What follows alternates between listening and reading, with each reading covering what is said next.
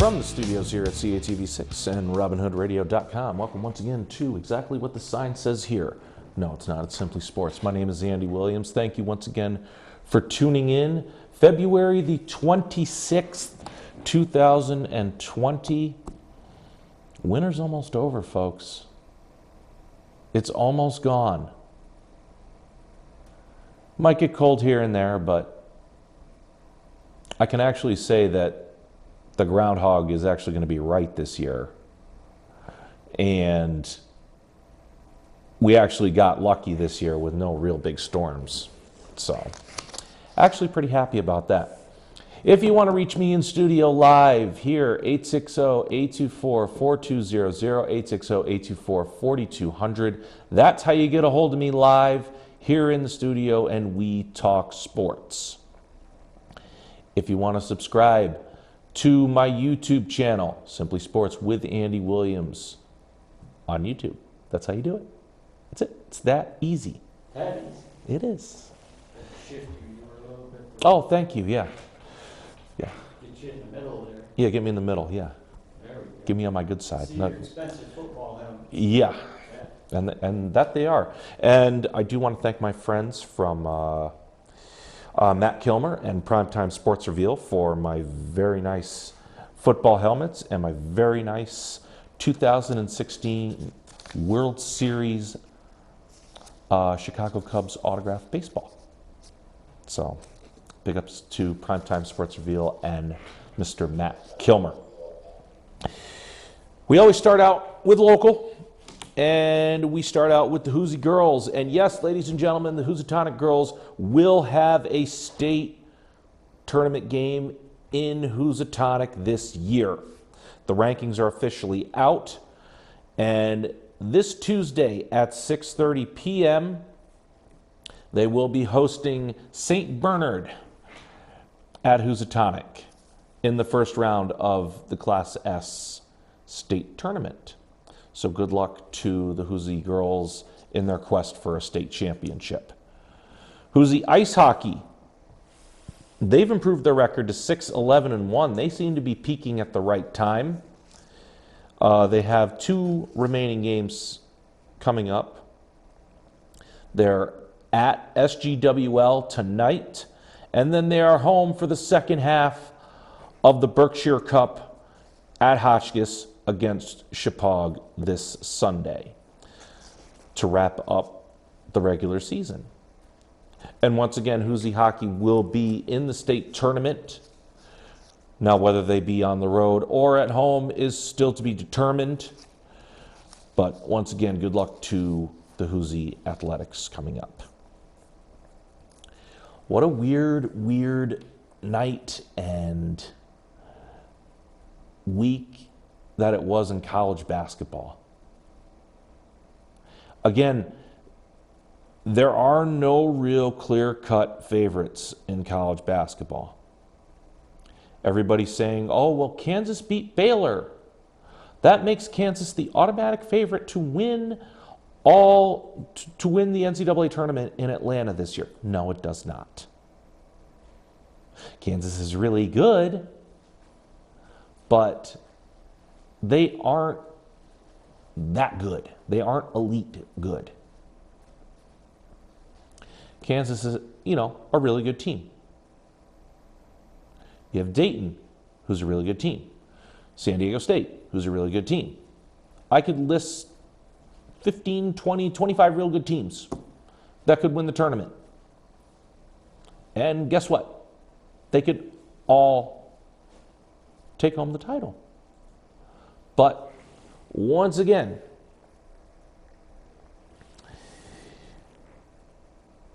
nothing really is going to be decided until the brackets come out. And,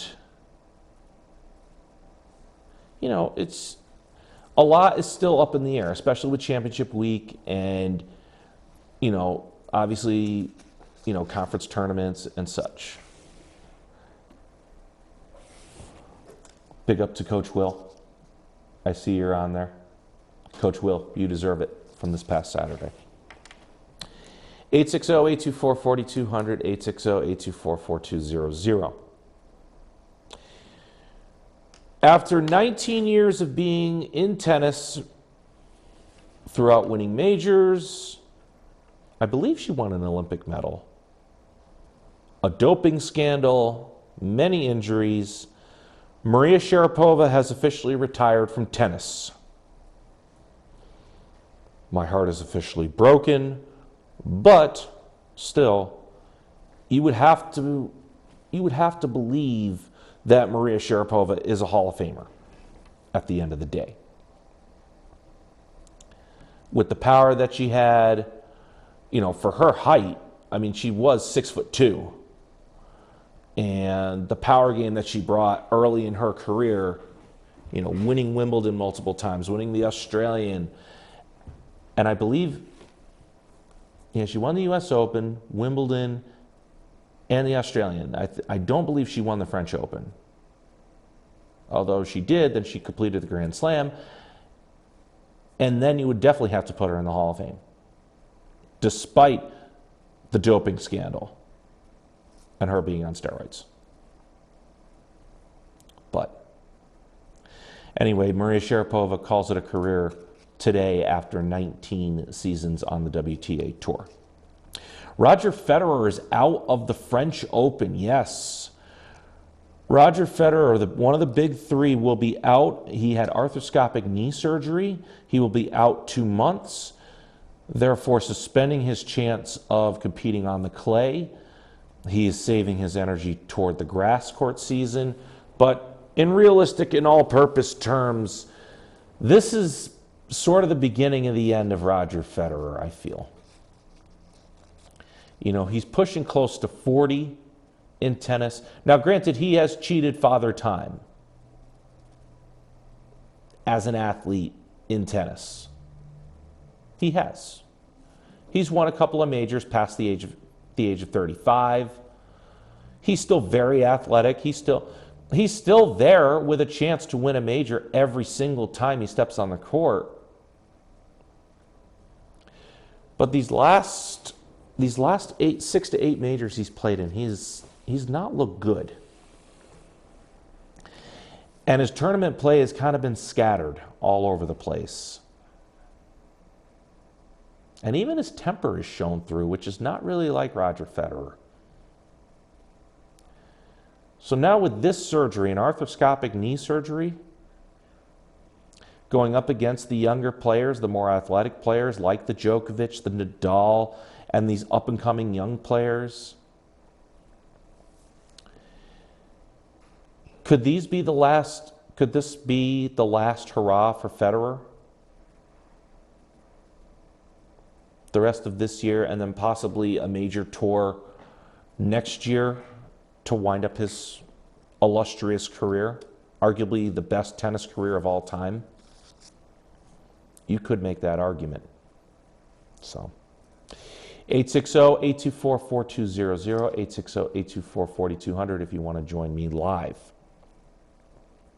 Major League Baseball. Okay, here we go. New York Yankees, Luis Severino, starting pitcher. You could have made the case a year or two ago that he was the ace of the staff. You could make the case that he was a Cy Young candidate. Well, now he's a candidate for the surgeon's knife.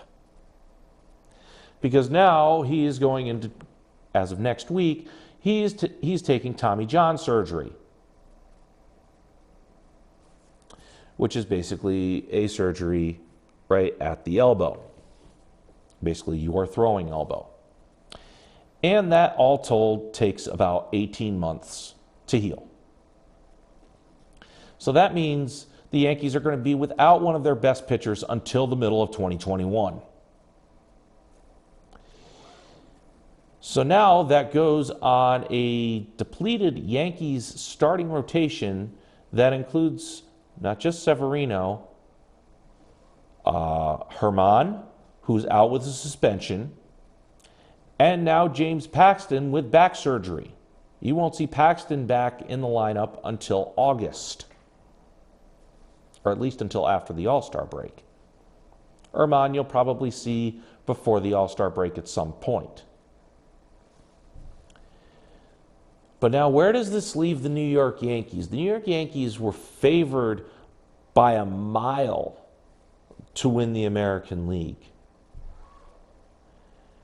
And now 3 of their top 5 starters are out. Severino, done. Paxton could be done for the season, but I doubt that highly. And then Herman, you will see. But now you have Garrett Cole out on an island by himself pretty much. And then we really don't know who the 5th starter is. What, Tanaka? But Tanaka, you'll be lucky if you get a solid outing from Tanaka anymore. Because if he doesn't get out of the first inning, most likely you're going to lose the game. So do the Yankees go out and get a pitcher? Or do the Yankees do what they did last year and pretty much have their AAA team play in place of the big names that get the big salaries and make a run at a division title and make a run at a pennant? You know, time's going to tell there. I think that they'll choose the latter. And right now you're looking at Garrett Cole, Masahiro Tanaka is your 2, and then 3, 4, and 5 is by committee. And that's really alarming if you're a Yankees fan. Really, really alarming. They were projected to win the division by a mile. They were projected well over 100 wins, which they still could get. I'm not saying that they can't. But this makes it less and less of a sure thing going down the road.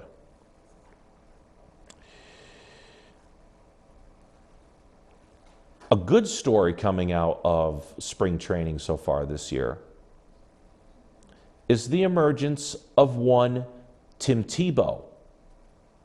Yes, that Tim Tebow. The Tim Tebow that did play football, so far through spring training has crushed multiple home runs and looks good out in the field during the Mets spring training. He's in their AA affiliate right now and is making a case that Tim Tebow could get a call up, not just to AAA, but could get a call up to the big club this year. And how incredible would that be? Was once an NFL star, now could be a starter in another sport all these years later? It would be a great story. It would be unbelievable. And now the other story coming out of spring training, the Houston Astros. But of course, they've been the story since who knows how long. Houston Astros are getting booed out of every stadium they played in, including their own. And thus far, there have been hit batsmen so far. Now, I said the 83.5, that's the line during the regular season. So far through, I believe, 3, possibly 4 spring training games, there have been six plunked batters already. And I'm going to say this, it's only going to get worse. The hit batsmen, they're going to keep coming. And it's going to come to a point where the Houston Astros are not going to take it anymore. You're going to see those big name starters like Verlander and all the others are going to start throwing at the other batters. And it's just going to be one big fat mess. Players will get suspended and pretty much the Houston Astros might be subjected to missing the playoffs and might be subjected to having a lot of their bench players get a lot of play, because you could see a lot of big stars out sooner rather than later with all the balls that are coming at their heads. No, really, they're coming at their heads, and they're getting beamed in the back. Because all it takes is a 98-mile-an-hour fastball right at the wrist. It chips a bone. You're gone for 4 months. That's about all it takes. So something to look out for in the next few days. 860-824-4200, 860-824-4200. NHL. I haven't covered the NHL in a while. Alexander Ovechkin has scored his 700th career goal last week. Congratulations to Ovi for scoring his 700th goal. I believe it was Friday night he scored his 700th. Right now, they are the second best team in the Eastern Conference behind the Boston Bruins. Boston is not just the best team in the Eastern Conference, they're the best team in hockey right now, sitting there at 90 points. Tampa Bay is making a huge run right now. I believe they've won 12 of their last 13 games. They aren't as good as the past Tampa Bay teams, but this one is certainly making a run at the last third of the season. Also playing well, shockingly enough, are the New York Rangers. They are now being from 500. Now they're 10 games over 500. They've made a couple of little moves. They've re-signed Kreider. And now, all of a sudden, they're just 4 points out of the last playoff spot, behind Columbus. And they could make a serious run at making the postseason. Do I think that they're going to do anything in the postseason? I doubt it very highly. Because once they run into Boston or Washington, I think they'll get swept pretty handily and very swiftly. This is a young team. They're still a year or two away, but it's good to see that the young kids actually care and they want to carry this team to the postseason. So, a very good story and something that nobody's really talking about right now are the New York Rangers. And they could make a good run at the postseason. Out west, you have St. Louis and Dallas heading the west. But watch out for Las Vegas, the Vegas Golden Knights. Vegas they're starting to peak at the right time. Marc-Andre Fleury is starting to get back to Marc-Andre Fleury things, which means the best goaltender in the NHL. And I would watch out for Vegas out west. Do not sleep on them. In the NBA, there aren't really too many big stories. The only big stories are our two teams, Milwaukee Bucks and the Los Angeles Lakers. Milwaukee played Toronto, and they absolutely just dominated them. And after the first quarter of play between Milwaukee and Toronto, they played last night, Milwaukee just put the boots to them. And it wasn't even a ball game. You have Giannis Antetokounmpo shooting three-pointers from the corner and burying them every time. He's 7'2", ladies and gentlemen. A 7'2" guy is not to have that much range. Guess what? He does. He does. You have Eric Bledsoe, Corey Middleton, and you also have his younger brother who happens to play on his team. He's playing well off the bench as well. And all that adds up to a 50-8 record. Only the 7th team to get to 50 wins in 58 games or sooner. 7th team in NBA history. And six of those 7 previous teams have gone on to win the NBA championship. Is it too much too soon? I don't know. I don't know. I want to say no, but I have a funny feeling that it is too much too soon. If you are a Milwaukee Bucks fan, and I would be a little alarmed by that. Also, too, with the Lakers. They are 44-12 right now in the much more competitive Western Conference, where you have Denver and the Clippers and Utah and Houston and Oklahoma City and Dallas and Memphis. And here's the thing. The only team that's really doing load management right now are the Clippers.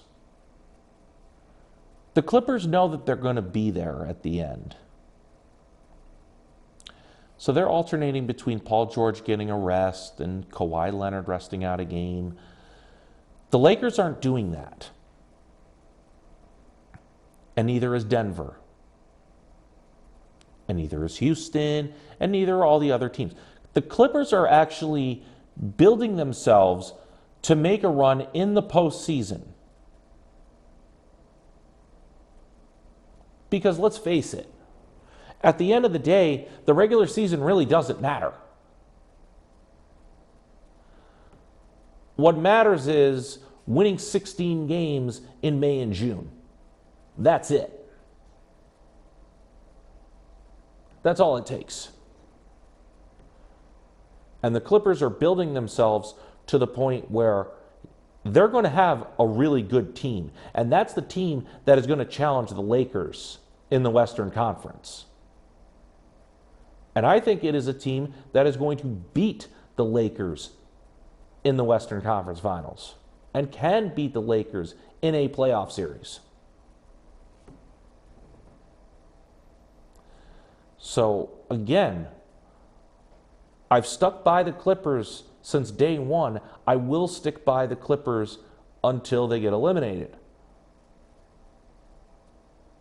This is the team that you look out for.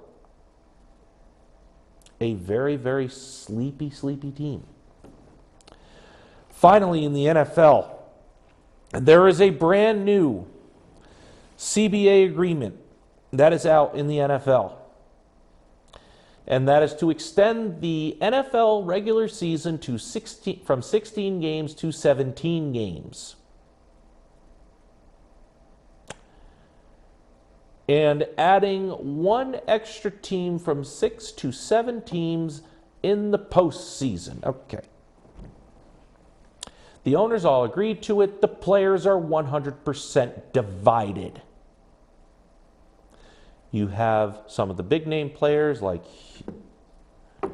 Houston Texans player J.J. Watt. That is a hard no, he said, quote unquote. Richard Sherman from the Super Bowl team San Francisco 49ers saying absolutely not. But the owners are saying, oh, well, there's going to be more money, there's going to be more TV, and there's more. It's all about this right here, money. But here's the thing. It's all about the player safety. And that's what these players, these specific players are looking out for. And once again, if you want to I want to reiterate this. Do not play a 5-game preseason. Don't do it. Because what's the point of 5 preseason games? If you want to cut the preseason down to 2, maybe 3 games, okay, then that's all right. Because you don't see the big name players play in the preseason because they don't want to get hurt. Now, if you cut the preseason and you add a regular season game, okay, then I could see the logic. And then adding an extra team in the postseason? This was like the whole episode, which I talked about last week with Major League Baseball expanding the postseason in 2022. You're adding 2 more teams, and then you're letting a team choose, from the East, West, South, North Conference against the North, South, East Conference, and they're going to play against each other, and if there's a tie, there'll be a sack race up, Times Square or something, or you got to play a game of Monopoly in order to win a game or get your seating or what have you. Don't complicate things. Keep it simple. Reduce the preseason to 2 to 3 games. If you want to add a game to the regular season, that's fine. But adding an extra team to the postseason, that makes 0 sense to me. None. Keep it the way it is. If you want to generate revenue, cut the preseason, and then you can add a regular season game. That makes the most sense. One quick thing before I go today. There is a sleeper quarterback in the NFL draft, which you need to look out for in the mid to late rounds. You have Joe Burrow, you have Tua Tagovailoa, you have Justin Herbert. There is one name which nobody really is talking about. His name is Jordan Love. He is from Utah State. He's 6'2", 230 pounds. His mechanics are real good. Got a big arm. Who's he similar to? Aaron Rodgers. And the Green Bay Packers could get them. Do you remember when Aaron Rodgers got drafted by the Green Bay Packers? Brett Favre was 35 years old. And Aaron Rodgers fell all the way back in the draft. Aaron Rodgers now is 35 years old. And the Green Bay Packers have made no bones about it that they are going to draft a quarterback. This is the guy. Or don't be surprised that they trade up in the draft to get Jordan Love. He is that good and he has that much upside. Sure, he has to work under Aaron Rodgers for 2 or 3 years, but you know what? He's going to be well groomed when Aaron Rodgers leaves and retires, because his body's getting beat up, and he's getting beat up behind that offensive line.